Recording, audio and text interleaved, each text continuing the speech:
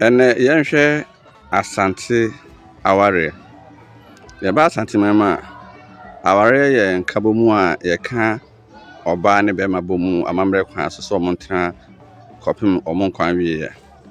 Na kanfo mu no aware nti se ebi mamamre mu aya na nipa mienu ntem no eye busua be nan ene kabomu ne de aware. Na nka asante mamre nipa pam no oba me kware a one ne maame ene ne papa ena ne soa ene ne wofa ene maame nua bema ena oba na so ba ware na so no so ne maame ne papa ne soa na ne wofa nti omokohia so omoko ya ware na eya na bema ne papa ena oba ne papa negi aware no ho kita ho a sentiase ya adwuma wi a na oba no papa bi so oba no se opene so a ansa na oba no papa agensa no na ekire bebe mu ho ne abekire mu akwan ya ifa so akopim se aware na wi na na dem boba so keke nti omo yesa wi ana obema ne wo fa ne soa e no ba ne wo fa ne soa no mata aware na chi na yaje nsa no saa so na se egu aware na osesa nipa ya mbobo omudin no omo soso ba behia bonkuru ombonkuru wi no mo nyina ajetu wi a ansa na oba ne papa ede nsa na ma bema ne papa ewo wo mo mienu nyina obi asoa ne wo fa anim ana so mo gyina aware na tinase mo hu se aware na gu se saa de ne ntimi nsu ya amamre kwan so no wo ka so gu aware na NCP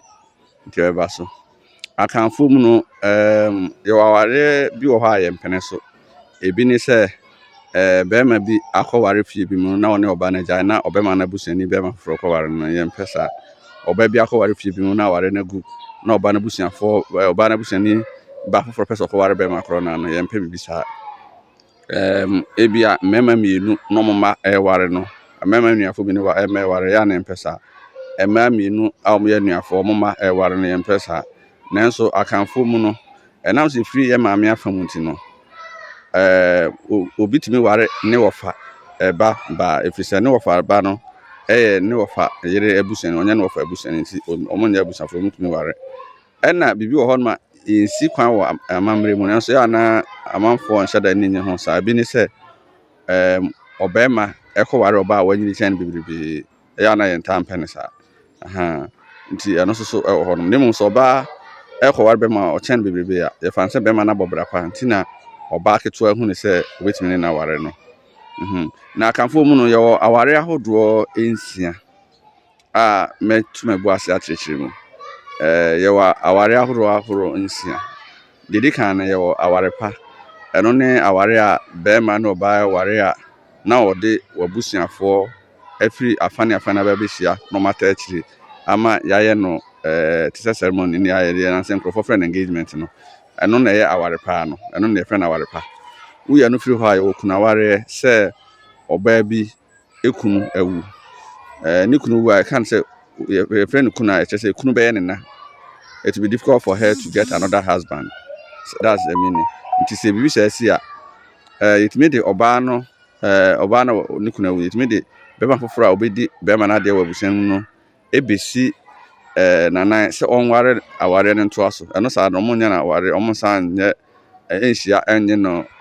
nsan foforo no wato aware na abusuani dada no ewo no so no watimi ahwenkra na aware ni eno yekuna aware ye wo ayete se ohene aware oba na oba na wu ni asando ba foforo abesi anan eno no na efen ayete ye wo asiwa se obi nyem na yesi akra ye wo no yoba meware no no acha se ebo ho ka ana akra ketua abaya ketua na oba bi se ono onyina meware nti no acha se ebo no ka keka akra de boa na bufo no eno no ye friend asiwa nti onyini no oduru fie so a etumi ye ware na ye ano akobema na odina akotena no ye asiwa yesan wo eye awowa ware eno no kire se abusuan bi dika no mutumi ntua ka no na afi omode oba akwakosi eye aware se omunya sika no betika na no ma be form de hye no eno so aware ene wo mpena aware ebi ni se obi ni obi awo na enu nti no amanfo hu ne se asa aya aware anesa nanso mon nye ne ho ade